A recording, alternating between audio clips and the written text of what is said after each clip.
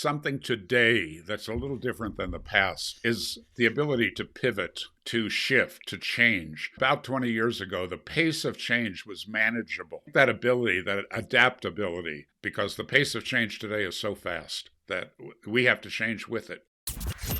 Microphone check, 1, 2, what is this? You're now listening to a brand new episode of the Play Big Faster podcast. Look what you done started. Talk to him. Attorney, high-performance coach, and speaker Scherrie Prince asks hard questions to really get to the bottom of what makes entrepreneurs tick. From starting a business, marketing, strategies, and the ins and outs of their industries. We talk everything from book recommendations, lifestyle hacks, and everything possible to get you inspired and motivated to build your own business. The Play Big Faster podcast starts now. Let's go.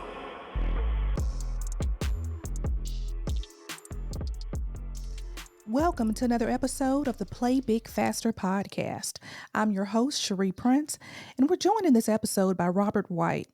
Robert is a mentor to growth-oriented executives and the entrepreneurial founder of Upspring and ARC International with over 1 million grads. Robert, 1 million grads? That's impressive. It's 1,300,000 now, and it didn't happen all at once. It took 25 years to do that, but it's something I'm proud of. Let's start from the beginning. You say it took 25 years. We're going to start when you were just a twinkle in your mom's eye, and then you can maybe speed us up and give us some tips for entrepreneurs and how your life as an entrepreneur has really shaped how you see the role of entrepreneurs in the industry now.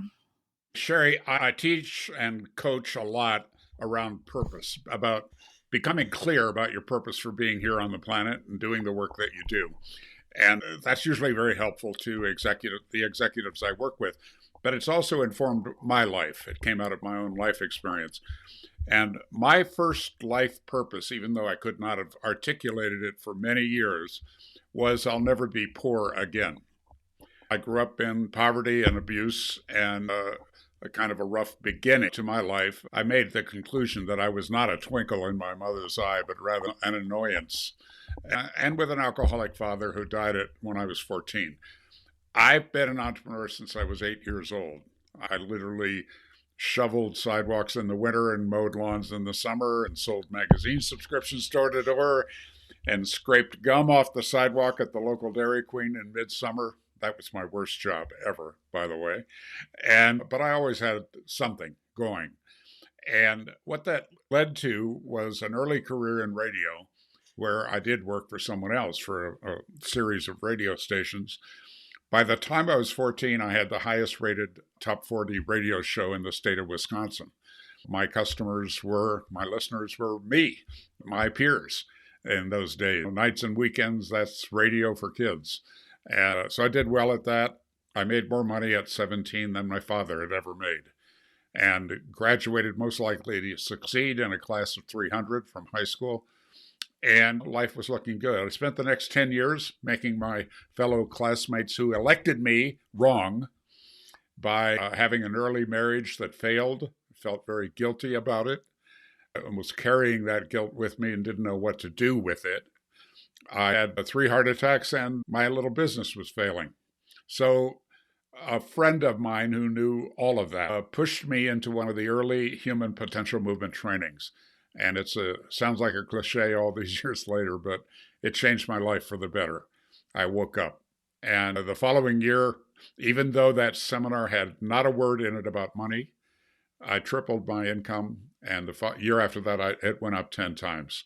And I just started doing really well in lots of areas of my life. I was very grateful to that seminar experience. So I sent my friends, I sent my sales force, I recruited a bunch of people. And that company found out about me as a result. And the founder, whose name I didn't even know, called me one day and said, "Would you come out to California? I'd like to meet you." And 10 days later, I was president of that company called Mind Dynamics. I did 4 years of working for someone else, but in a very loose structure, and where it was almost entrepreneurial. Incredible experience, which included the first 2 years straightening out the U.S. business. It was already a successful business. It was just a mess, and organizationally. The genius that put it together was great around the training, designing and delivering it. but he wasn't a business person. So I was able to contribute. And the last 2 years of those 4, I spent running around the world setting up foreign subsidiaries, which was an incredible experience for a young guy. The one country I said no to, ironically, was Japan. It was too expensive. We were too busy. A lot of reasons for that. The ownership of Mind Dynamics changed, which meant I no longer wanted to be there. And I resigned. I started LifeSpring. You mentioned that company. 6 months later, I sold the company to my staff and moved to Tokyo. So I've spent 23 years of my working life abroad in Japan, Hong Kong, and mainland China in terms of residency, and built a company that was in 7 training centers in Japan, 2 in Taiwan, then single training centers in Seoul, Korea, Manila, the Philippines, Guangzhou, China, and Sydney, Australia. We had 240 people, including 70 full-time trainers, and that's how we reached 1,300,000 people with these 4 and 5 day intensives around leadership using experiential learning tools. So that's my background. Along the way, I did write a best-selling book, a recorded program on Nightingale Conant that's been award-winning, and a bunch of positive things. And at 46, I retired. That speech is getting too long, Scherrie. I retired to Aspen, Colorado. I built a big home and bought a jet, did all these nouveau riche things for the kid that grew up on the wrong side of the tracks. And so I did a lot of, you get the symbols. So I bought all the symbols and was on 6 nonprofit boards, had the incredible privilege and pleasure of traveling with the late John Denver for 6 months, producing a program to create a sustainable environment. An amazing experience. I remarried, adopted 2 special needs kids, had 2 birth children, raised 4 great kids, skied 80 days a year. Life was very good for me. Lost control of my business, lost $30 million, and went back to work. So today I work with other people like me, people that run companies that own them or are investors in them or executives in them in the medium-sized growth market. And a lot of it's based on what I learned by working with over a million people, but also based on my own experience as an entrepreneur. So you win some and you lose some as an entrepreneur. I'm certainly an example of that. If you had someone who was thinking about starting his or her own company today, based on all the years that you've worked in different companies, the businesses that you've built, what should they be considering first? First is, are they madly, insanely passionate about what they want to do, about what their product or service will do for people? And I'm talking about being at the almost insane level of passion about it, that you believe in your own product or service, because you're going to have a lot of naysayers. And for me, that comes out as tip number 2 is most of the people around you are not expert in entrepreneurial business or in your product or your service. And I'm not saying don't listen to them. I'm saying listen to them carefully. There's a tendency for negativity to come. You're not prepared for that. One of my trainers, after I closed my company, came to me and said that he was going to start a restaurant. He's a brilliant trainer. He worked for us for 17 years. Had a degree from Brown, the Ivy League school, a master's degree. He was an incredible guy, but he couldn't sell. In about 2 years after he left our company, he tried to sell his own services and failed miserably. And so he tells me he's going to open a restaurant. Never owned a restaurant. And I came home and I told my then girlfriend, she asked she knew him. She asked what happened at lunch. And I said, and I puffed myself up, the experienced entrepreneur, and said to her, well, he thinks he's going to be successful in a restaurant, and most restaurants fail. And I just told her all the reasons why he should not open a restaurant. And she looked at me very quietly and she said, well, I think he'll be hugely successful.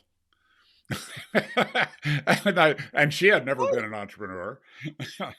And I said, why do you think that? If I recall correctly. And she said, you know how we've been invited to his home for dinner twice? I said, yes. She said, have you ever noticed that there's a great music playing in the background and he's got this beautiful art on the walls and everything on the table is perfect and then the food is amazing? I said, yeah, that's all true. She said, that's why he'll be successful. His restaurant was a smash hit. It was called Amore, Italian for love.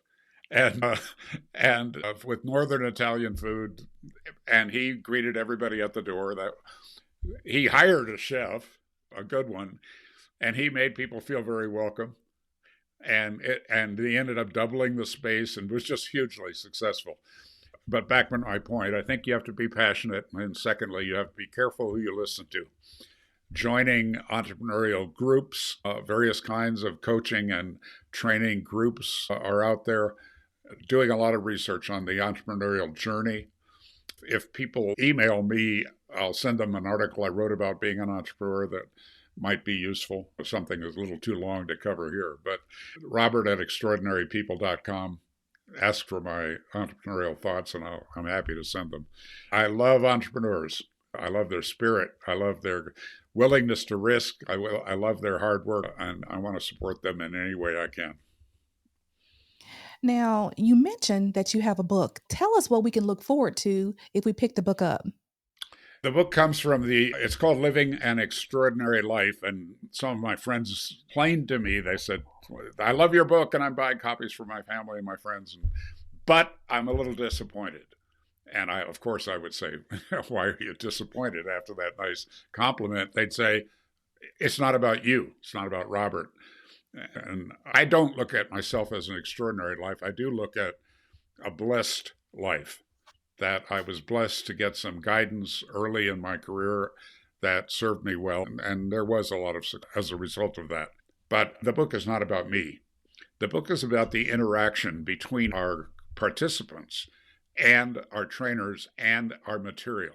And I think that's the reason it has sold. If it was about me, it might have sold 30 or 40 copies to my family and a few friends. But it's done very well because it is about real people and the issues that they confront in life and how our material, our experience that we create, help them. And it's broken into basically three areas, which is also the name of my company, which is ARC, A-R-C. It's about awareness, about waking up, about beginning to notice what's happening in your world and with the people in your world. Secondly, it's about responsibility, about taking personal responsibility for absolutely everything in your life and your response to it, to the events of your life. And then finally, communication, that developing to do anything. And I see you nodding, and that's, your whole life is communicating, and as is mine. And developing a mastery of communication, spoken, written, body language, all of the ways that we communicate. Developing a mastery of that so that you can follow your dreams, whatever they are, because whatever they are, they're going to require other people. And to reach other people, you better be a good communicator. So the three things that the book is built on and that our trainings were built on is awareness, responsibility, and communication. Is that the bold promise from the book as to how maybe an ordinary person can go from being ordinary to extraordinary? I believe so. And my former wife had a lot of wisdom that was not explainable. She's a high school graduate and she's absolutely brilliant. And one of the translations that she made about awareness was to develop a higher state of noticing. I do recommend that people read. There's some great books out there, including mine. I'll add that a little bit arrogantly. But there are other great books about personal growth and leadership.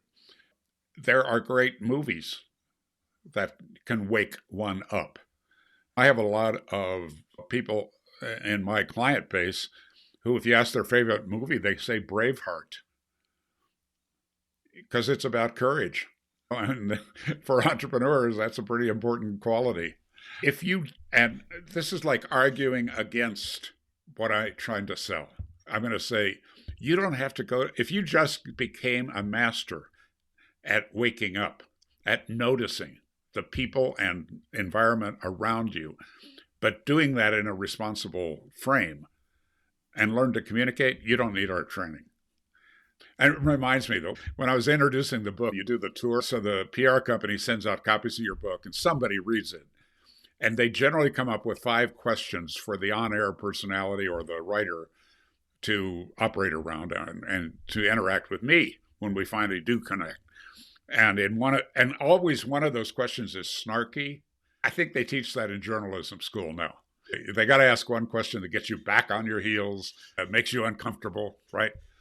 And after you do about 10 of those, you just wait for that question, the one that's designed to trip you up. So the question in one of those, my excuse is I was tired, I was traveling, I'd done a lot of these interviews. So those are all my excuses, which is a non-responsible way to talk about this, right? It's not me being a victim of media. And this interviewer said, "What makes your book different than all these other personal development books?" With that tone. So I said, he followed that up with, isn't your book derivative? Prodding out a $10 word there. Isn't your book derivative? And I heard myself say, without thought, yes, it's derivative. The only 2 original books are the Holy Bible and Think and Grow Rich. And then, like, I could see those words in the air going to the interviewer and wishing I hadn't said that, because I'm there to sell my book. And I just told the listening audience that my book is derivative, and it is, technically speaking, and all of them. If I was answering that question today, I would add Man's Search for Meaning, the Viktor Frankl book, as my 3 books that everything else is derivative of. And that's an exaggeration. But people can accomplish a lot in life simply by developing a higher state of noticing their own behavior, of the people around them, of the environments that they create, of what happens in their life. When you wake up, you take responsibility for it and become better at communicating about that and everything. Life can change quite magically. You can live an extraordinary life. Robert, if you had one piece of advice to share with an entrepreneur on how to play big faster, what would it be? Certainly what I just shared is that. I think something today that's a little different than the past and is the ability to pivot, to shift, to change. Until I think about 20 years ago, the pace of change was manageable. You could pretty much do the same thing. If you did something that was a contribution and that people valued, a business that accomplished something for people that was pretty simple, you could do it for a long time. I don't think that's true today. In my life, I've noticed in the last 10 years, the requirement of an incredible change for me. I've been in a business where it's face-to-face. I'm dealing with 150 or 200 people at a time for 4 or 5 days, but face-to-face. Along came the pandemic, and I was out of business or with executive groups, it's 20 to 30 people usually. I couldn't work. And it was the only advanced skill set that I had. And I had to learn how to use Zoom, and I had to learn how to dial back on a few of our experiential exercises, a whole lot of changes. But what I see with my clients is that the successful ones today have learned how to pivot. They're not wedded to a certain product or a certain service or a certain way of delivering it or a way of marketing it. I think that ability, that adaptability, because the pace of change today is so fast that we have to change with it. And what worked for you even 5 years ago probably isn't going to work today. Now, Robert, we've had a lot of good gems today. How can people contact you if they need to? The best way is through my website, therobertwhite.com. And there's a tab there for resources. I offer a free weekly newsletter. I've been doing it for 15 years called An Extraordinary Minute. And it's a little piece of knowledge that you can read in 1 minute or less every week. That's a good way to connect with me. There's also a little button on there that if you want to talk about something specific, some issue you're having in your business, you can book 30 minutes with me. And also, I'm doing something a little bit new. I usually have focus on leadership qualities and the breakthrough for leaders, and I'm continuing to do that. But on the advice of a couple of my clients, actually, I've put together a free seminar, Tips for Handling Dysfunctional Teams. A lot of the executives that I work spend an inordinate amount of their time fixing people problems and dealing with drama in the workplace and people showing up late and people not as committed to the business as the owner is, that kind of thing. And so I put together a 90-minute seminar on that. I'm going to do one on January 4th. It's free. You can sign up at robertwhiteseminars, plural.com. robertwhiteseminars.com. We'll give you the details on that 90 minutes, what we're trying to accomplish in it. It's also complimentary, and we've done one of them, and it was hugely successful. People are really excited about it. But it's what I've learned about dealing with teams, dealing with the people that make your business work. And especially today, there's a lot of non-productive behaviors going on in organizations. So I address that, both identifying it, but then also some ideas of what you can do to avoid it or even disappear it. Robert, thank you so much for being with us. It's been a great pleasure, Scherrie. Thanks for being such a gracious host. And until next time, play big faster. Thanks for listening to this episode of the Play Big Faster podcast. Want more entrepreneurial content? I like this. Make sure to subscribe for future episodes. Already subscribed. I just clicked on it. Don't forget to like and leave a review. Share with a friend that needs this in their life. I think you need this more than I. Oh, and make sure to follow Scherrie on IG at Scherrie Speaks. And remember to play big faster.